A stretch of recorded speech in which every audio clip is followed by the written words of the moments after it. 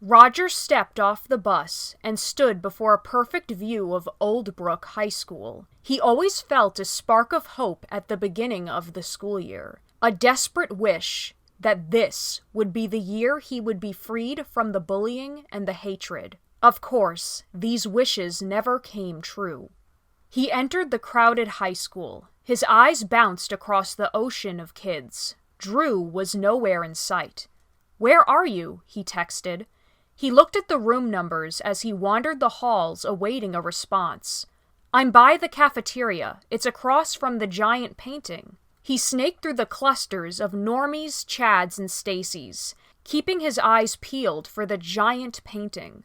The brick on his left side eventually stopped and harshly transitioned into an enormous mural of Old Brook Village. He recognized the landscape immediately. He had seen those trees, benches, and that unmistakable sculpture every day of his life. It was an impeccable portrait. He turned his head to see Drew sitting at a table near the cafeteria doors. Standing in front of him was a girl. Though he could only see the back of her blonde, shoulder-length hair, they appeared to be laughing about something. Drew is friends with a girl, and he didn't tell me? Roger thought aghast. He hadn't had a female friend since the first grade. Once girls his age became aware of his social status, they warped into wicked skanks overnight. He had been deprived of their affection for almost a decade at this point. He stepped towards them with trepidation. "Hey, dude!" Drew greeted him with a huge smile that did little to reassure him. It wasn't him that he was worried about approaching. The fair-haired girl spun around to see who her friend was talking to. Roger was struck by a wave of tension as she faced him. He was taken back by her uniquely colored eyes, one blue, the other green. Beneath them were purple rings, much like his own. He would later discover that this was the least of her oddities. Her lips parted into an inviting smile. "This is Roger. We met at Boy Scouts a couple of weeks ago." "Hi, I'm Megan." He was paralyzed for a few seconds as he scrambled to respond. Roger was all that came out of him. "Uh-huh," she said as Drew chuckled through the awkwardness. The droning beep of the bell rescued him. "Fuck, we're all late," Drew groaned. "It's our first day. I doubt they'll give us any shit," Megan downplayed. "I have bio. Where do you have to be?" "Math. I'm pretty sure we're both upstairs in the same wing." "I have gym," Roger interjected. "First period gym? Fuck you," taunted Megan as Drew reluctantly rose from his chair. "Yeah," Roger teased back, trying his best to charm her in that dickish way women liked. She grinned back as he hastily rounded the corner towards the gym. This minor boost of confidence vanished when he saw Joseph and a few other boys huddled around the pull-up bar. "Why the fuck am I so cursed?" he screamed inside, demanding answers from a god he didn't believe in. It was Roger's perpetual bad luck that led him to becoming an atheist as a child. Even a blessing like first period gym was unsafe from its grasp.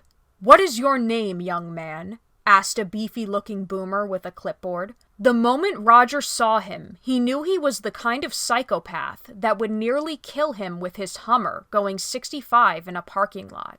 "Roger Squallow." "All right. And you are?" The boomer pointed his pen at a tall Aryan jock who looked like he was plucked straight from the Disney Channel. "Look at this dreamy faggot," Roger thought. "I bet girls are obsessed with him." "Jake Knight. You want to show me what you were doing on that pull-up bar earlier?" "Wait a second," his memory jogged. "Is this the Jake that Drew hates?" Jake took hold of the bar and effortlessly pulled himself up multiple times. "You play any sports, Jake?" He dropped off the bar as his feet made an obnoxious echoing thud. "I play lacrosse." That's gotta be him. Joseph played lacrosse too, and any commonalities with him marked someone as an awful person in Roger's mind. He cringed at the thought of them being on a team together. He felt a similar disgust that the other Boy Scouts did watching he and Drew become friends. Roger's first few periods passed with ease. The best part of the first day of class was having so little expected of him. Nervousness welled inside his stomach as he entered the cafeteria. It was much larger than the one at his middle school. He searched for Drew and Megan in the crowd. He was caught in between immense anxiety and exuberance at the thought of seeing her again. His eyes finally fell on Drew sitting beside Megan. He hastily ran to the lunch line before they could notice him.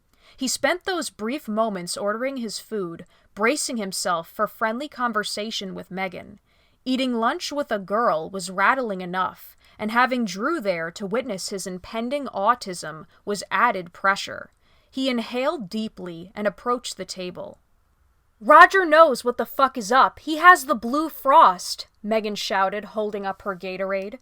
"The lemon lime is good," Drew yelled defensively. "It's literal piss. Blue chemicals are the best flavor of anything," Roger declared, and he wasn't just appeasing Megan. "Yes," she cheered. "How was first period gym?" Drew asked, rolling his eyes. "I'm 90% sure I met Jake." Drew's eyes widened. "Did he look like retarded Zac Efron?"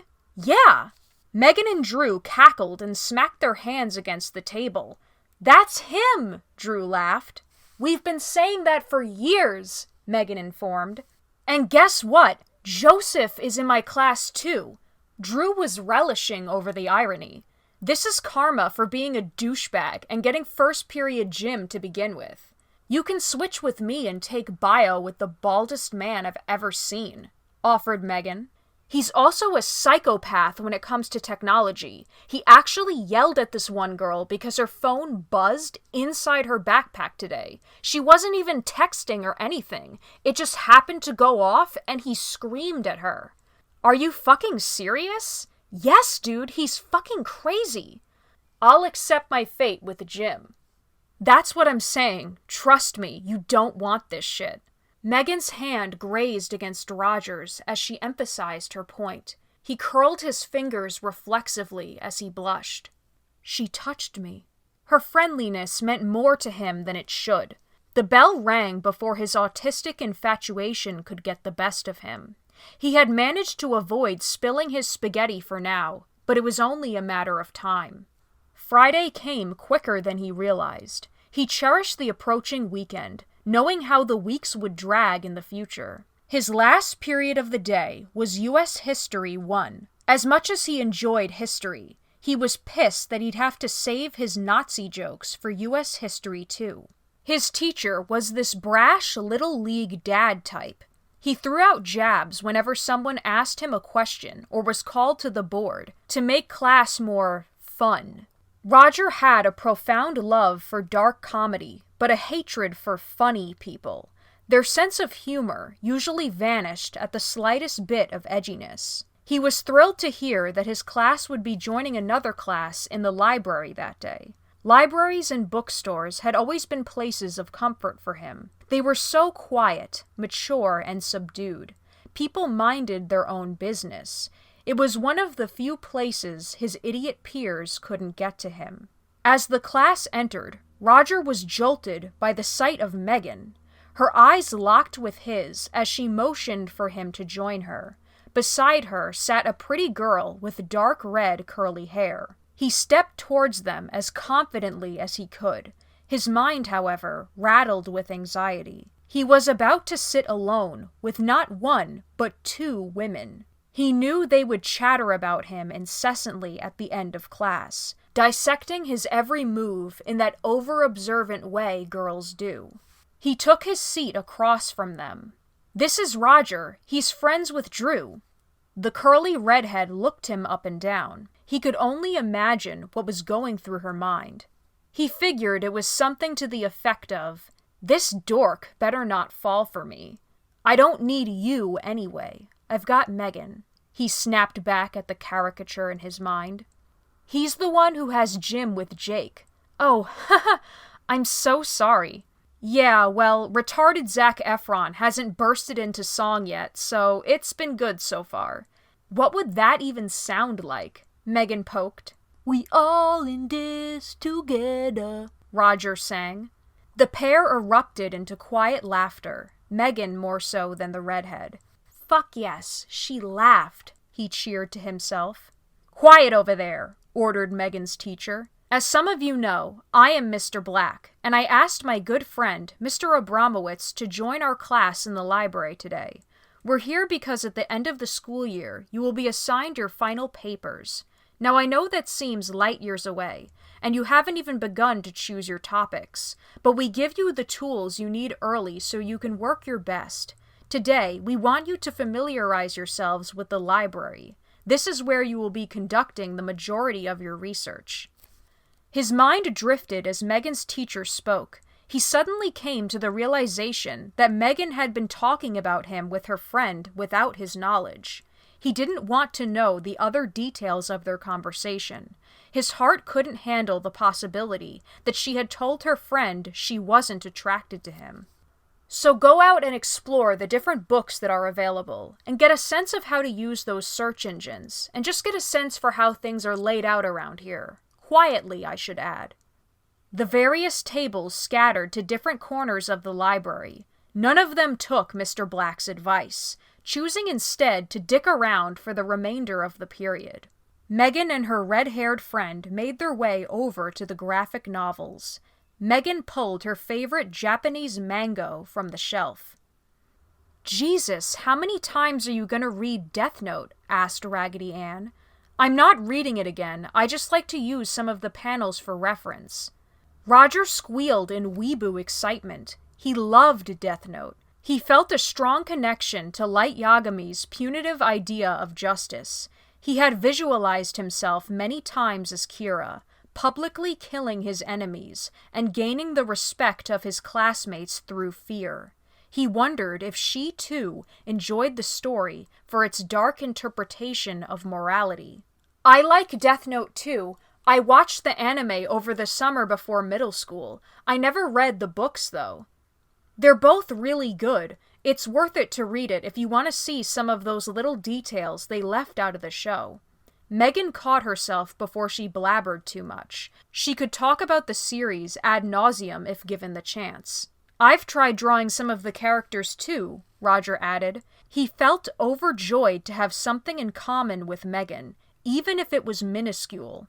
It gave him a disproportionate sense of hope. What Roger didn't know was that Megan identified far more with L than she did with Light. She was morally rigid, but in a much less vindictive way. Megan believed justice was about addressing the evil inside oneself to change others, and that powers much greater than herself dictated punishments. "Cool, it's the only style of anime I can really draw well. My style is more realistic." "Oh, I like to draw cartoons a lot." "Nice." He hoped she didn't see him as a lesser artist. She seemed like she would appreciate the humor in his art if she saw it. "I want to go home so bad. It's the first week, and I already hate my life," whined the redhead. "I know, my mom always says that summer ends the day after 4th of July. Like everything just moves at warp speed, and school just hits you." "It honestly does. Can we at least go to the mall this weekend?" "Sure," Megan obliged. "I have to take you to Hollister. I need to show you the hot guy that works there." "Sounds good. I want to get new knee-highs anyway." Megan grinned at the prospect of admiring the male specimen. Roger stood awkwardly as he listened to the girls babble. He felt an irrational twinge of jealousy over their comments. He silently pouted and questioned if Megan considered him to be a hot dude. In the pit of his heart, he already knew the answer was a resounding no. The group traveled back to the tables to retrieve their belongings. The final bell rang as Megan checked out Volume 2 of Death Note. "Bye, Roger," she said sweetly as Big Red waved next to her. "Bye, Megan." He couldn't help loving the sound of her name. It felt so warm and exciting to say it. He waved back to Big Red as he walked to the bus circle. He tried his best, and failed, to put the thought of them gossiping about him out of his mind. Megan's friend seemed nice enough, but he knew what he was to women. They had made it a point to remind him of his disgustingness on a daily basis. Girls had much better social skills than him, and perceived flaws that were way over his head, or any man's head for that matter. They know how to look sweet and innocent and lull men into a sense of security so they can pick him apart when his back is turned. Against his better judgment, he gave these two the benefit of the doubt. He was infatuated and told himself that Megan was a woman of intelligence, unlike her bimbo peers. In the weeks that followed, Megan was like a drug to him. Every moment of her time, every acknowledgement she gave him, and every glimpse of her face sent waves of ecstasy through him. She dominated his thoughts, fantasies, and powered his inspiration. She was so incredibly close and distant from him at the same time. He cried out for an opportunity to have the social intimacy he craved. Near the end of October, God answered the atheist's unwitting prayers. Roger was eager for Monday to end as he walked to his bus. He reminded himself that Halloween was on a Saturday this year. Having the freedom to stay up late and truly celebrate his favorite holiday was a source of strength to finish the week. Hey! He spun around to see Drew and Megan speeding up behind him. Megan and I are gonna go longboarding around the block. Do you want to walk home with us? Roger almost always walked off the bus to an empty house. His parents were usually home around 6, leaving him with a few hours to breathe each day. He saw no reason to say no. They constantly hounded him to make friends, so they shouldn't care if he had some fun for once. Yeah, I don't have my board on me, though. We're just gonna take turns going downhill. You can use my penny board. His heart lit up with gratitude, as it did with every gesture of kindness from Megan. Oh, thank you, he replied bashfully. The trio broke away from the waves of students exiting the building. Megan and Drew lived up the road from the high school. He had seen their figures pass by the bus windows many times without them noticing. He was curious to see their neighborhood and what shenanigans they got up to when he wasn't around.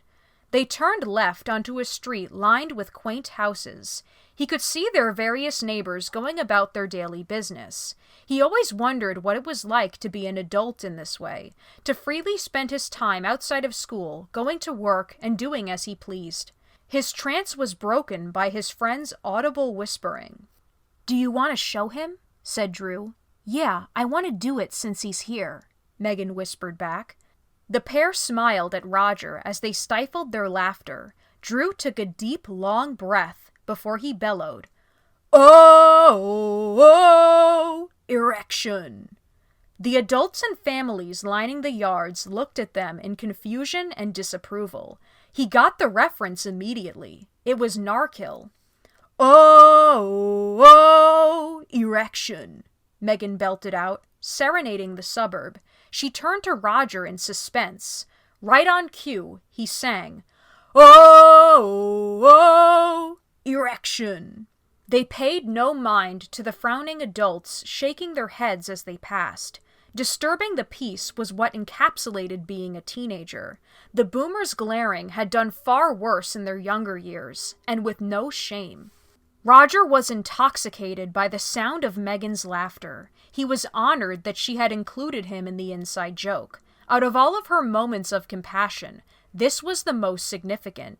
He dared to hope it was a signal of attraction. Simultaneously, he was bothered by the thought of lost time. If I had just grown up in this neighborhood, I could have been friends with them years ago.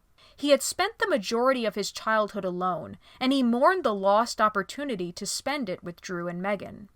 Megan turned right onto her driveway. She opened the garage door with a code and pulled out a white longboard with weathered Sharpie sketches across it.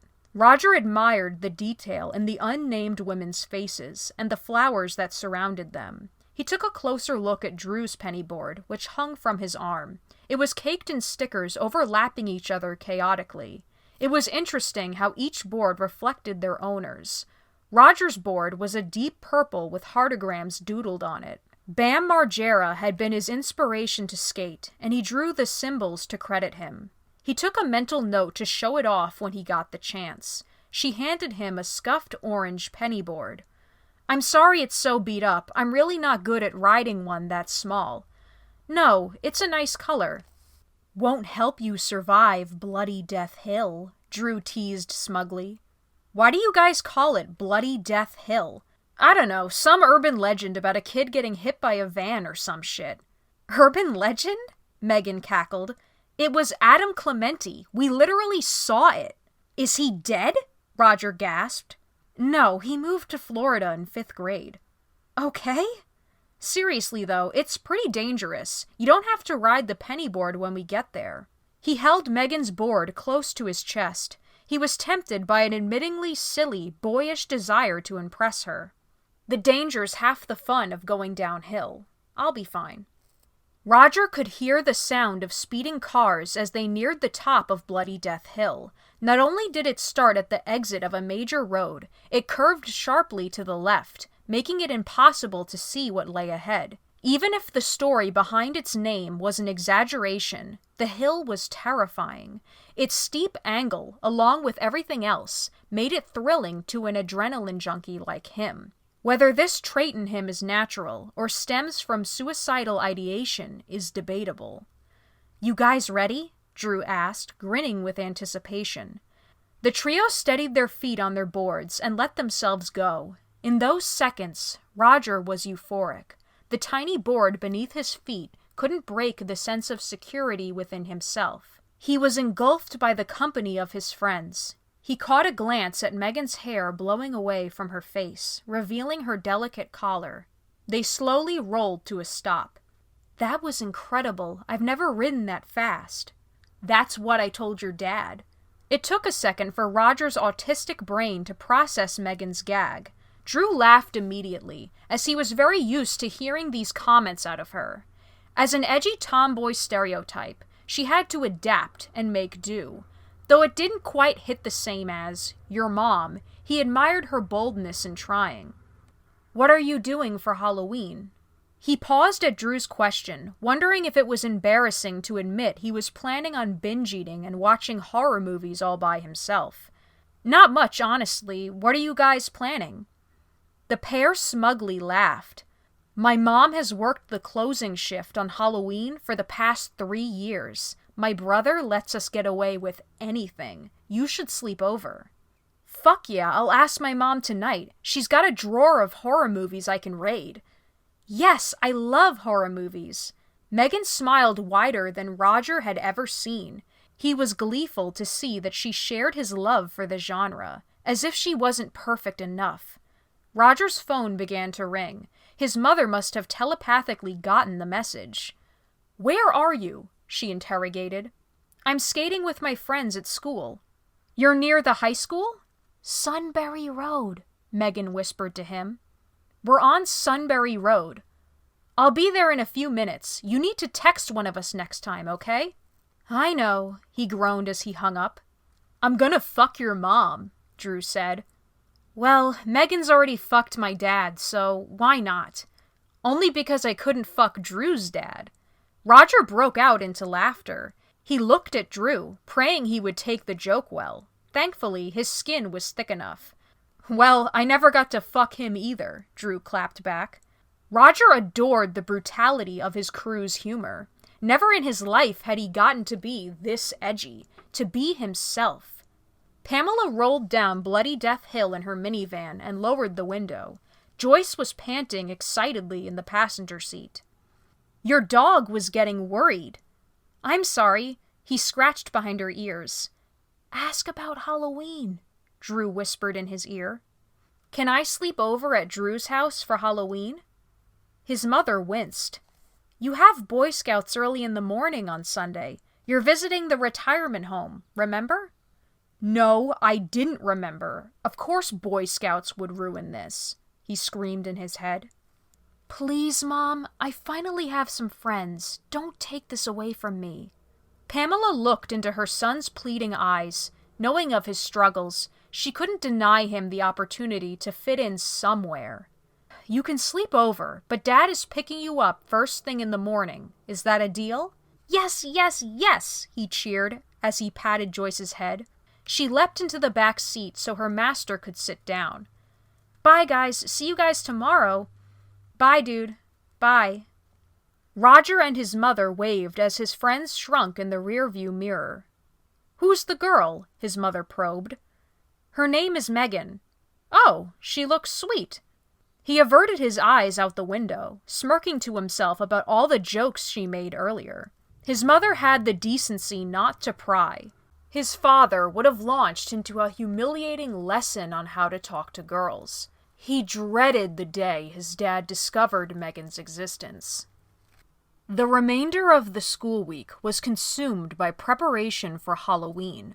Roger carefully picked out his heartogram t-shirt from his closet, along with a pair of South Park pajama pants. What was more important was the movie he would sneak from his parents' bedroom drawer. At the bottom of a tall armoire was a drawer of R-rated movies, the majority of which being horror. The hypocrisy of this had always aggravated him. His mother shielded him from violent media, all while relishing in it herself. His father was less hysterical, but still discouraged him from partaking in its entertainment, only to curl up beside his mom and watch it on a nightly basis. Little did they know, Roger had been using their stash as his personal library since the 4th grade. He quickly developed a taste for films that masterfully blended sex into the violence. It didn't take long for him to build up a tolerance and sleep through the night with ease. After all, ghosts, demons, and masked slashers aren't real, right? Every Friday, his mother attended an evening book club at a family friend's house, and his father often stayed late to finish work. This gave him an ample window to rifle through their collection and put everything back in its place. He pulled out a few of his favorites and laid them on the floor.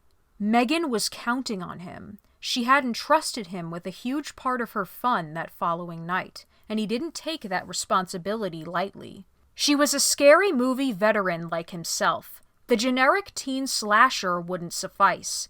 He needed something compelling. Real horror show. He narrowed his selection down to an Eli Roth torture classic. Roger was moved by the story's exploration of the thrill of death.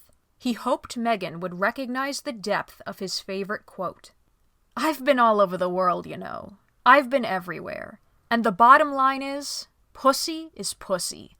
Every strip club, every whorehouse, it's all the same shit.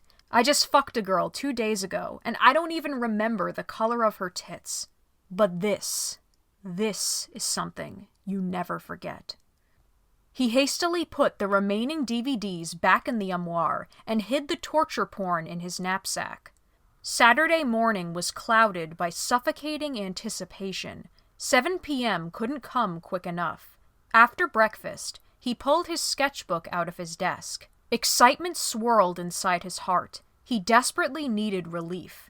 He could see Megan's face clearly in his mind. He had spent so much time observing her beauty. He loosely sketched her in his signature cartoon style, before outlining his strokes with his pencil. He made a point to exaggerate her most prominent features. Big, colorful eyes with long eyelashes, pretty lips, and sleek blonde hair. Next, he tested his markers and colored pencils, searching for accurate shades to reflect her gorgeous face. Once he completed his portrait, he signed it in blue and green to match her eyes.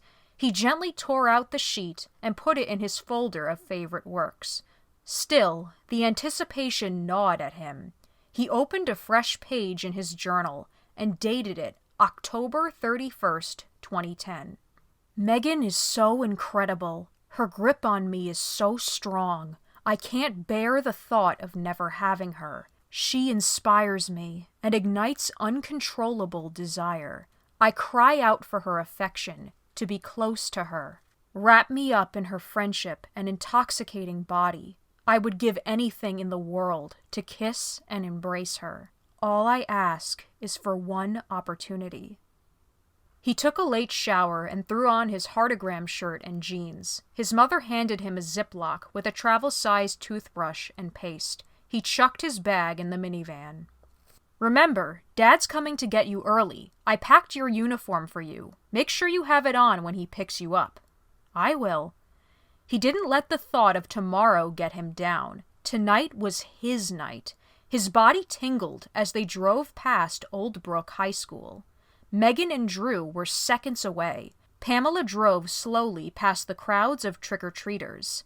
I remember when you were that cute. When your father and I wheeled you in your little wagon, you were dressed up like a little lion.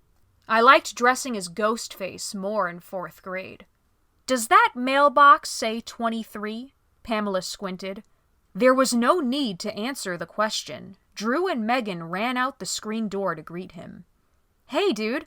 Roger leapt from the car and onto the lawn. Where is your mother? Pamela asked Drew. The screen door swung open, and a tall young man with black hair stepped out. Roger stared at him as he crossed the yard. Is that Drew's brother? He bore almost no resemblance to him. He was thin, with a medium complexion. Is he Mexican or something? He knew not to ask such a question out loud. Roger was an only child of 2 traditional Christian parents. Though he knew of divorce and half-siblings, he still felt a little culture shock. He must be from a previous marriage or a one-night stand. The concept of his own mother doing something like that made his skin crawl. Just the idea of her being with men other than his dad upset him. Witnessing Drew's life gave him a unique sense of gratitude for his family. I'm Drew's older brother. Mom is working late tonight at Stop and Shop, so I'll be supervising. Pamela looked at him quizzically. And your name is? Colin, don't worry, we have money for pizza, and I'll make sure they get some sleep. She was hesitant, but it was far too late to put up a fight. All right, Dad's picking him up early tomorrow for Boy Scouts. It's fine, Mom. I can get myself up. I know you can. Now listen to me. I want you to be safe, to be respectful while you're staying here, and have fun. I love you. I love you too, he cringed. We love you, Miss Squallow, Megan called out. I love all of you, Pamela laughed. Good night, kids. She turned the minivan around and pulled away, knowing full well her son would be up to plenty of teenage antics that night. Roger was thrilled to see her turn the corner, officially making him a free man for the night. 2 cats scurried out of view upon entering Drew's home. He followed his friends down the basement stairs to the home office, as Drew's mother called it. Drew preferred to call it his lair. There was a huge leather couch, a TV, a PS3, and a clunky white desktop computer. The desk was cluttered with old tax documents and monster cans. The ratio of cans to paperwork made it clear who used the computer more. There was an air mattress leaning against a far corner of the room, next to a pile of pillows. Roger flung his bag near the mattress and pulled the DVD out from under his PJs. I brought one of my parents' movies with me. He held it out to them, awaiting Megan's praise. Oh, I've seen this one a bunch of times. I don't mind watching it again, though. He should have known she'd seen it before. He was tempted to dive into an autistic analysis of the film so he could hear her takes. Luckily, Drew had other ideas. You ever see somebody die on camera? Roger had seen a few gore clips, but nothing in the vein of what Drew had in store. Megan and Drew shared the devious hobby of hunting down obscure internet gore and pornography. They were enthralled to share this pastime with their new friend. It was the ultimate gauge of his worthiness. I've seen a little. Drew took a seat in front of the computer, and Megan stood beside him. Roger slowly stepped towards the desk, bracing himself for whatever was about to appear on screen. Megan handed him a Reese's cup to steady his nerves. The page loaded to a shock site with a video player in the center. Drew full-screened the video and hit play. A grainy image of an overweight man came into view. His head had been shaved, and his face was painted with hideous red and black stripes. Behind him sat a sign reading, "The best of me." A woman's voice eerily sung in the background, making the hair on Roger's neck stand on end.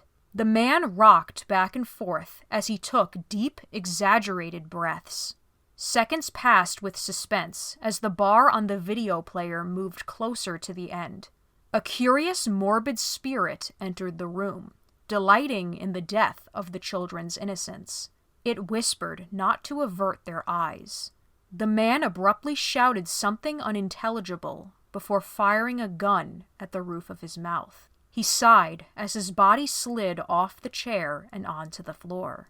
The trio squirmed at the disgusting sound of his blood flowing out of him like a babbling river. The video stopped. "You've never seen that one before?" asked Drew. Roger's face was forlorn, and yet adrenaline flooded his mind. There was an unexplainable allure in what he just witnessed. "No, actually. I've seen a lot of terrorist beheadings and stuff like that, though." "Who was that guy?" "Ricardo Lopez, the Bjork stalker. He shot himself in the end, obviously, but he made a bunch of other video diaries about her." Megan spoke in such an academic way. He wondered what drove this interest for her. "I don't know about you guys, but that video got me in a mood." Drew's fingers clacked away as his browser autofilled the URL. Megan cracked up as the main page of Pornhub filled the screen. "Let's fucking go!" she chanted. Roger felt equally as nervous on this site, but for entirely different reasons. Make no assumptions, pornography had been a part of his life since grade school. When he was 10 and old enough to make his own decisions, he began the ritual of sneaking out of his room and watching Comedy Central at night. It was the only channel where the advertisements were as entertaining as the shows. He would gleefully sit through commercials for phone sex hotlines and adult DVDs. He loved to picture himself as the men groping and kissing the women on screen. These teasers eventually lost their novelty, leading him to the vast abyss of internet pornography. This exposure was catastrophic for a boy like him. His overactive imagination was sent into a wild frenzy. His creativity was influenced and shaped by the thrilling images in front of him. He had amassed a secret portfolio of art and short stories detailing his deepest desires. His fantasies about Megan were more romantic, while others were darker and domineering. The commonality across all of them was that he was extremely powerful. He was skillfully versed in eroticism in spirit, but in reality, Roger was a virgin. He had never watched such things in the presence of a girl before. His shyness reminded him that he was a kissless teenage boy, and nothing like the masculine character he played in his erotica. He unwrapped the Reese's cup. Peanut butter and chocolate does make for great comfort food. Megan and Drew usually picked their porn by title, ones that stood out as goofy or outrageous. They were immediately drawn to one reading, "Don't Tell Mommy." It was nothing novel or spectacular, just your run-of-the-mill daddy-on-stepdaughter smut film. Mom's out of town, and her teenage daughter wants to spend the night in bed with stepdaddy after watching a scary movie. The dad reluctantly complies, and they get to cuddling under the covers.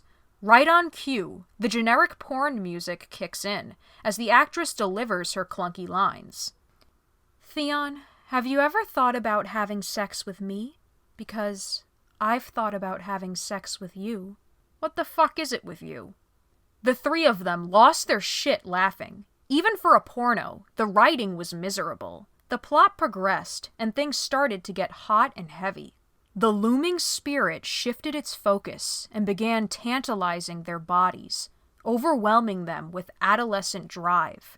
Roger's eyes traveled up and down Megan's frame. He was entranced by her curvaceous form. His mind was boggled by the idea that the acts on screen were a real possibility with her. That as a boy and a girl, they could really do those things together. He fought with himself to hide his embarrassing, visible excitement. Thankfully, the other two were too distracted to notice. He didn't know how Drew could handle all of this. Megan watched her smut with a cinematic lens, making observations like that of a film critic. To her, pornography was an art form to be analyzed like any other, even the trash they were watching that night. Roger could see the focus in her eyes while he marveled at her beautiful face. "Pizza's here." Colin's announcement broke the spell over him. He was able to calm himself down as he trailed behind his friends up the stairs. Colin held open the screen door to the backyard patio. It was still warm enough to enjoy dinner outside. Roger looked up to see a festive full moon in the sky. "It's so pretty," Megan said as she looked up to the sky. He felt the wings of butterflies flapping in his chest. Knowing she too was a moon lover brought them closer together in his mind. It seemed every new detail of her personality enhanced her perfection. They each grabbed a slice of pizza before Drew and his brother devoured the whole pie. Colin sat in his patio chair, sipping a can of beer. The concept of having a fully grown man as a brother was so alien to him. "How old are you?" The question just sort of slipped out. Colin smugly chuckled. 21. What, you've never seen a man drink before? He felt so babyish for asking. The truth is, Roger had seen his parents drink on occasion, but they were so old to him. Something about Colin's drinking felt wrong for a reason he couldn't justify. Roger had never tasted alcohol. He remembered Drew saying that his brother would let them get away with anything. Part of him wanted to ask for a beer, but that seemed so imposing. It wasn't rational given what happened in the basement, but he was afraid to disobey his mother's order to be respectful. The pizza box was down to nothing but crumbs, but the cool night air and clear sky kept them on the patio. Colin pulled a pack of cigarettes out of his pocket. It was yellow, with a Native American logo. Drew ran over to his brother, making puppy dog eyes. Colin tilted his head. "I trust her more than I trust you." He pointed at Megan. Drew didn't break his begging stare. Colin rolled his eyes and pulled a cigarette out from the pack. "The three of you can split this one." "Come on, let me have one. I've smoked one before." "I know, and you almost puked all over the grill. I'm not hosing down the patio again." "That was just 'cause I ate too fast. Let me try again, please." "Okay." Colin handed his baby brother the cigarette and handed another one to Megan. She leaned in as he lit it for her so casually. He handed Drew the lighter and laughed as his thumb repeatedly slipped. He yanked it out of his hand and lit it for him. Megan walked to the edge of the patio and took a drag as she gazed at the moon. She handed the cigarette to Roger.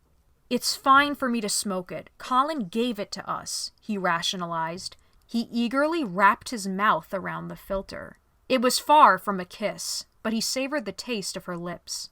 The three children stood beneath the light of the full moon, bound together by the sins they had witnessed. The watchful spirit danced in circles around them, filling them with arrogant pride. They felt mature for seeing raw death and fornication. They felt strong. Roger inhaled and handed the cigarette back to Megan. He kept his cool for a few seconds before caving into a coughing fit. Cancer, Drew memed through a cloud of smoke. "Is this your first one?" She laughed. "Yeah. I had my first one in 7th grade. I stole it straight out of my uncle's pocket on 4th of July. "Straight to hell," Roger joked. Megan's carefree expression suddenly dropped from her face. Her eyes were fearful, and her mouth curled down in shame. Roger was aghast. He couldn't think of any reason why his comment merited such a response. This wasn't the first time something innocuous he said got a disproportionate reaction, but this was unbelievable. He was astonished that the girl who stood next to him and watched Ricardo Lopez kill himself was offended by such an innocent jab. "I'm sorry," he said sheepishly. No, it's not you. I can't explain it right now." She felt her own remorse for making him feel guilty over something so trivial. "What is it?" The nicotine gave him this light-headed floating sensation. Part of him was aware of the anxiety he felt asking her the question, but the high squashed his inhibition. "I don't know, I do believe in God, just maybe not in the same way our parents do."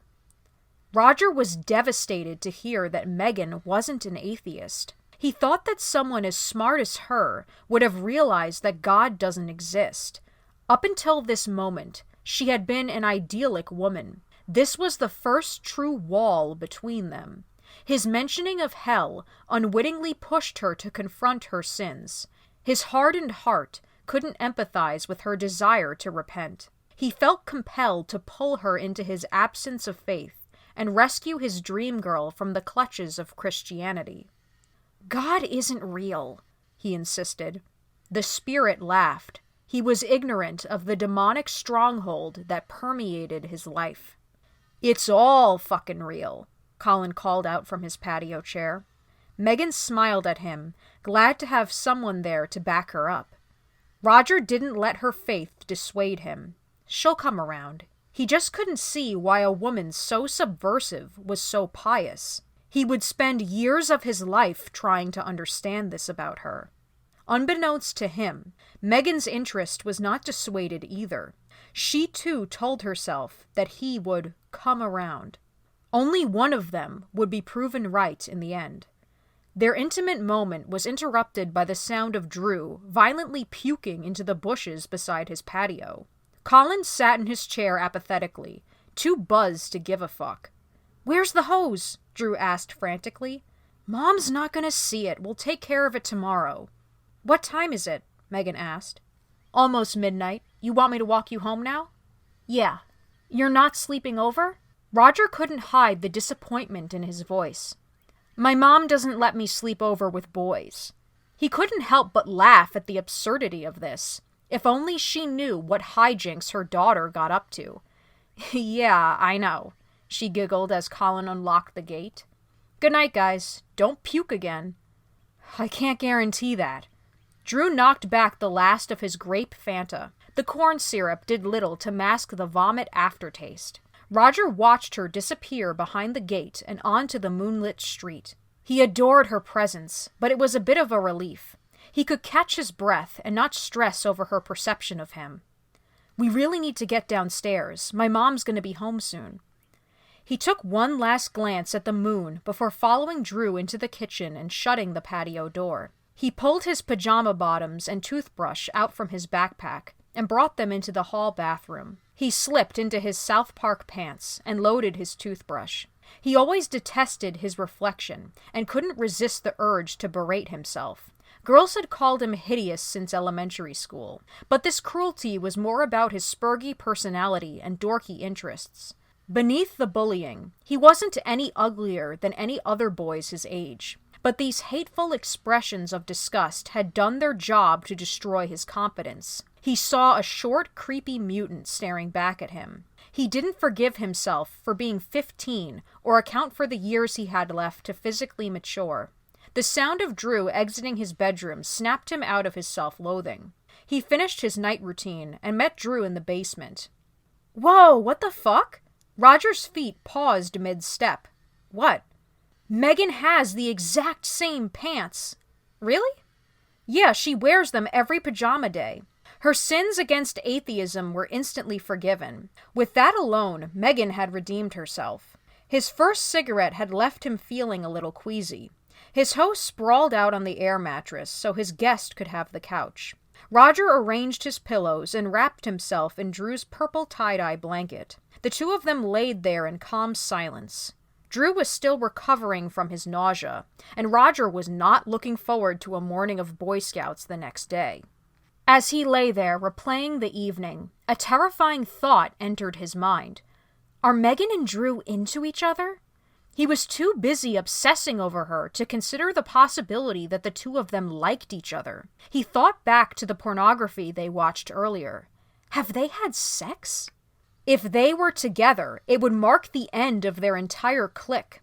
He couldn't live as a third-wheel cuck like that, sitting there watching their relationship in misery. There was no direct way of getting this information out of Drew. How long have you and Megan been friends? Since, like, kindergarten, first grade maybe? Why? It's nothing, I just haven't been friends with a girl like that since, like, grade 1. All of the girls I went to middle school with hated me, and I just hope she doesn't start any shit like they did. I hung out with her and her other friend with red hair a while ago. You hung out with Emma? Drew leaned up on his mattress. I didn't know that was her name, but yeah, a couple of weeks ago we had class in the library together. Did she ask about me at all? No, we just made fun of Jake Knight and talked about Death Note. Drew looked so disheartened. Roger set aside his mission to gather intel on Megan. What's wrong? Drew laid back down on the mattress and solemnly stared at the ceiling. I've been friends with Megan my entire life, and I've never gotten a chance to hang out with Emma the way you did. Why? I don't know. She just won't talk to me. I'm so scared she hates me.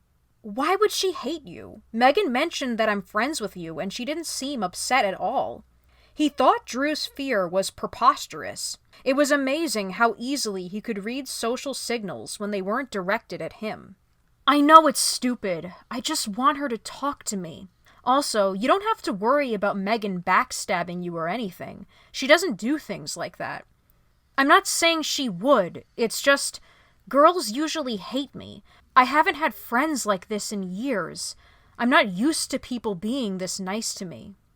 People aren't nice to us either. If you're talking about kids like Jake and Joseph, we hate them as much as you do. I like being your friend. I like being friends with you too.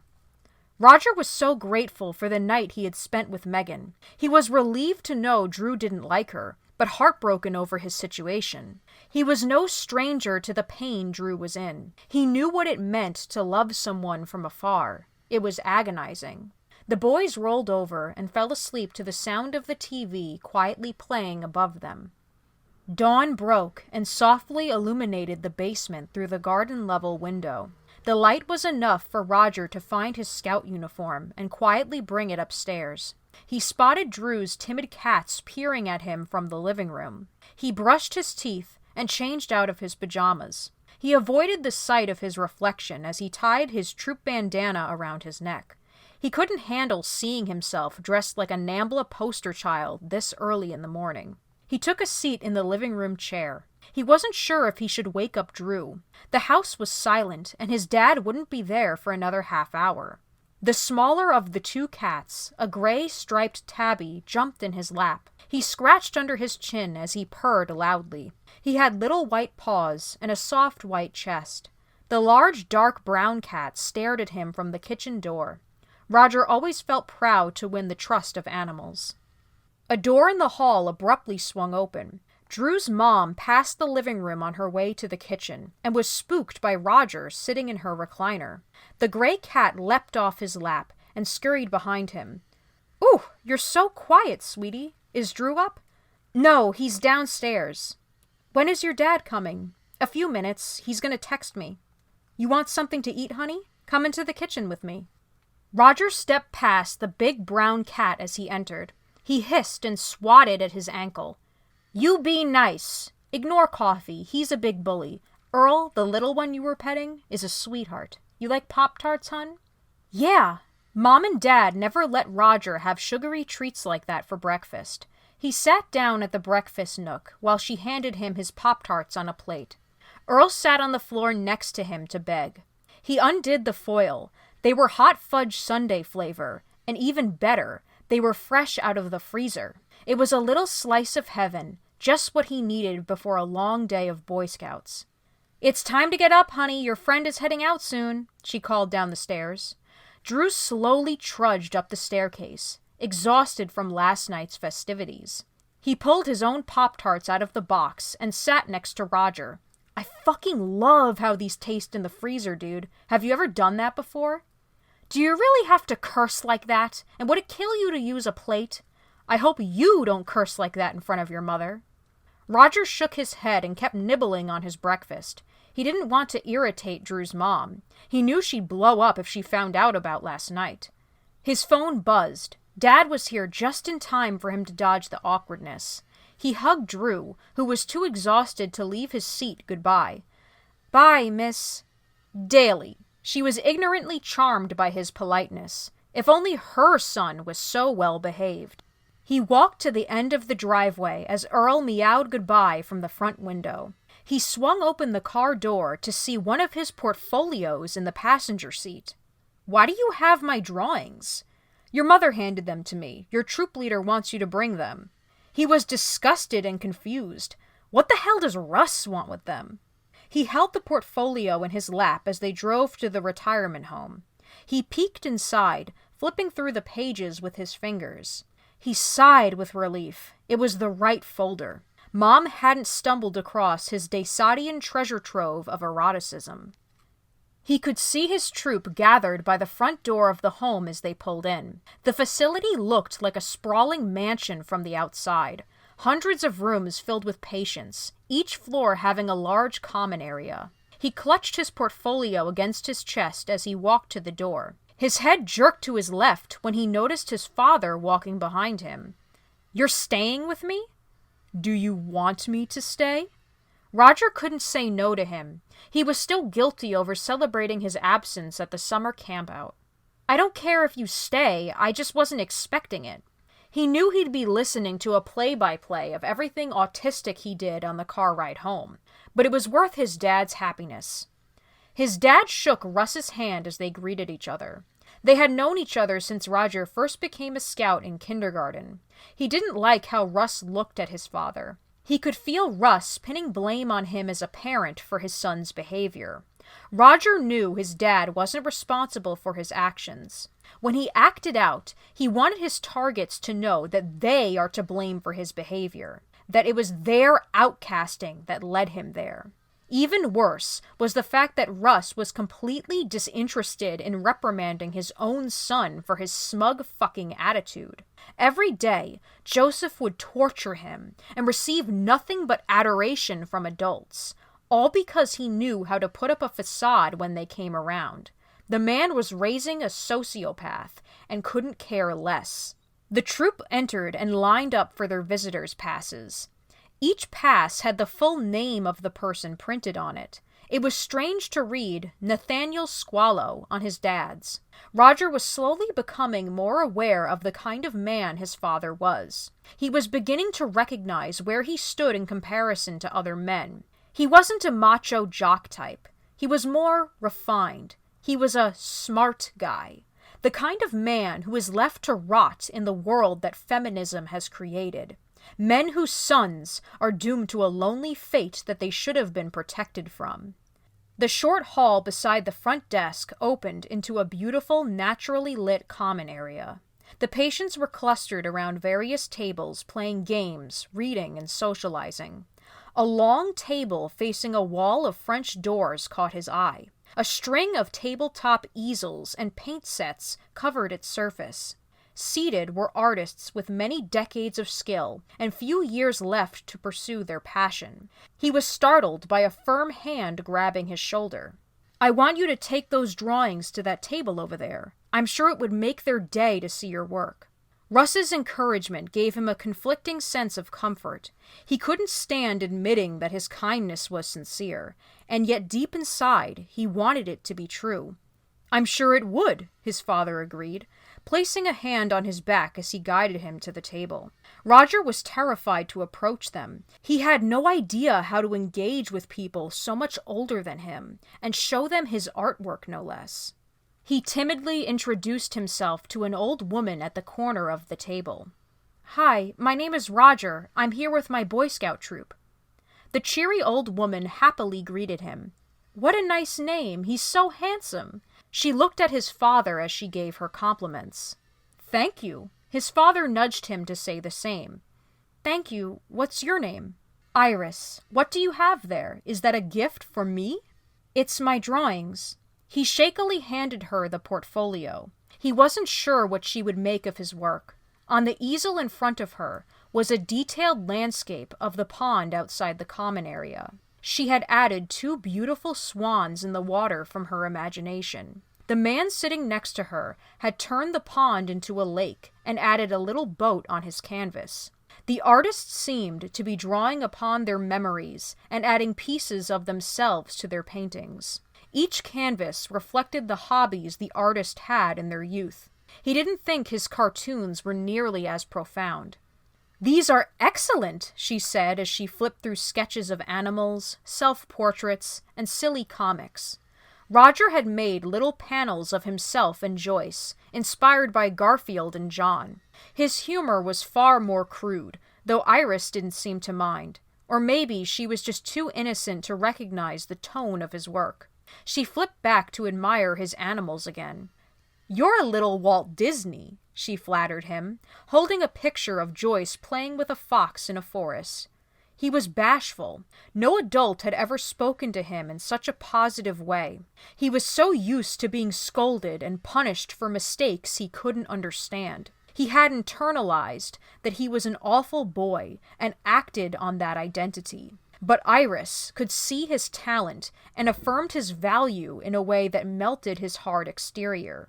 She knew nothing of his history as a naughty child and as a delinquent boy. His scout uniform masked his sins and allowed him to know what it meant to be a good kid in that moment. Her purity and goodwill brought his evilness before his face. The spirit writhed under the light of her kindness. Its ever-present grip on him had been loosened.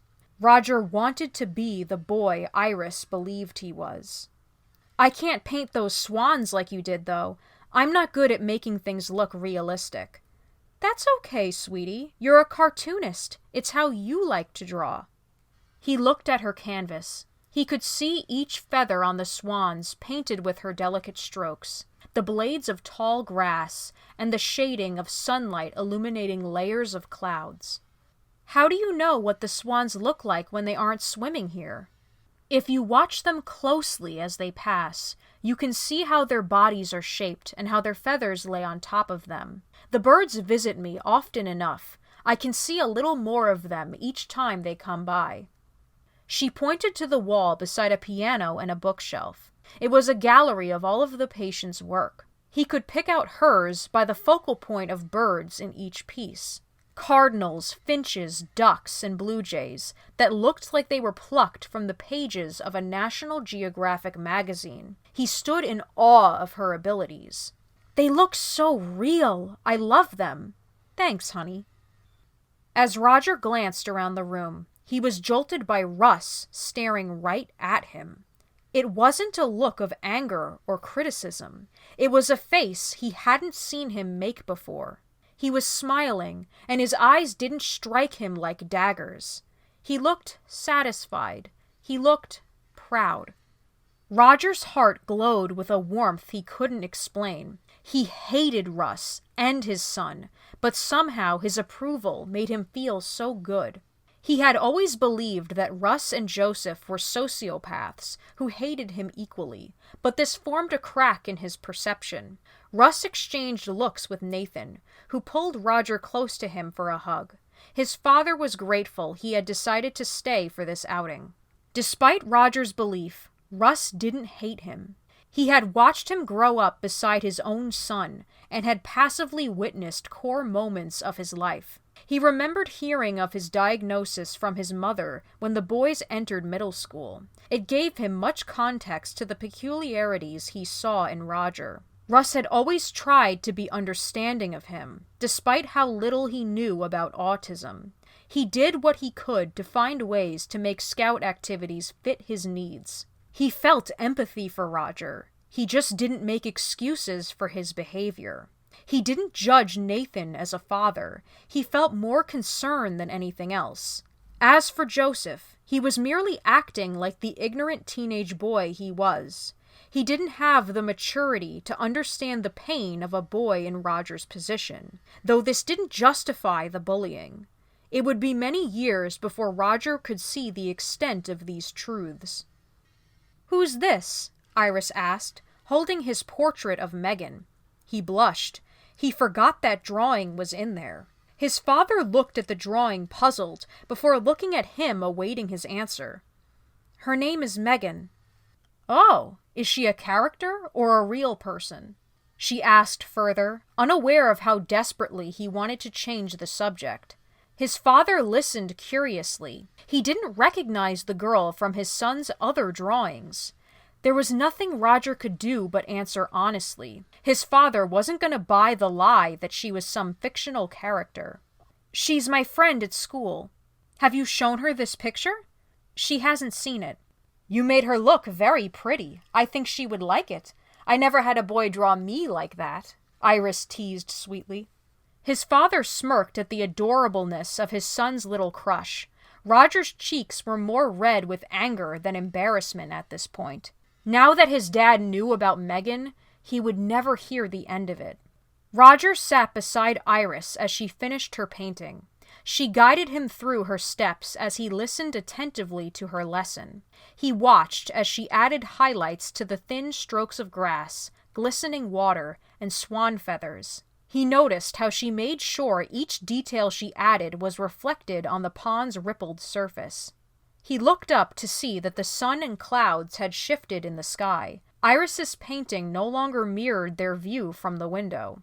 What he thought would be a dreadful morning had been the shortest 3 hours of his life. His dad had drifted across the room while his son was preoccupied. Roger could see him talking quietly with Russ. He didn't like the idea of Dad sharing any personal details about his life. It was humiliating enough when Mom told Russ about the autism. He didn't know that they were talking about how well he had done that day. Russ was especially happy about this progress, given the graffiti incident at the campgrounds. He could have taken the opportunity to tell Nathan, but was gracious enough to let it go. Yet another display of empathy from him that Roger was reluctant to acknowledge. Saying goodbye to Iris was like exiting a simulation of a healthy, normal life. She had given him a taste of the acceptance and joy kids around him felt effortlessly every day. It killed him to drive away and step back into the hellish reality of his life. Nathan couldn't resist the urge to ask. "Tell me more about Megan. How did you meet this girl?" "She's best friends with Drew." "Now that can get tricky. You're sure he doesn't like her, right? I don't want you getting into any brawls at school." He wasn't even gonna comment on how retarded that statement was. "He doesn't like her, Dad. He likes this other girl, Emma." "Okay, that's good. Just don't act all cocky and macho. Women can see right through that garbage. Just be yourself." It's truly a miracle that a man who gives his son advice that horrible has a wife in the first place. Roger stepped on the bus, iPod in hand, that following morning. His bus ride was a time for him to mentally prepare for the day ahead and contemplate on the way home. He was dreading the start of another draining school week. He took his usual seat towards the back. He leaned his shoulder against the window so he could watch the sunrise and listen to some music. He pulled his big headphones over his ears and scrolled through his playlists. His music always needed to reflect his mood in that moment to make for a good ride to school. As he searched for a song, Joseph's 2 girlfriends started gossiping behind him. They didn't realize he could hear them. That Roger kid is so weird. He just sits there and stares out the window all by himself. I know, he's so creepy. "Of course you stupid cunts don't know how to enjoy your own thoughts," he ranted silently. "God help me for needing some time to relax." Tatiana and Brittany never knew when to leave him the fuck alone. They would die next to Joseph when his day finally came. When he showed them all the hell they put him through. When Roger learned he was autistic, a piece of his heart had collapsed. He took it as confirmation that he was the freak his peers said he was, that he wasn't fully human. It was the moment he decided that he would kill himself. "Look at me. Keep talking about me. Hate me. I'm your fucking monster," he screamed in his head. He kept his face turned to the window as the girls sat in ignorance. The spirit fanned his flames of rage and vengeance. It hadn't fled from his side yesterday. It has big plans for him. Iris's kindness couldn't protect him from the mockery of his classmates, or the demonic spell being cast over him. It just wasn't strong enough.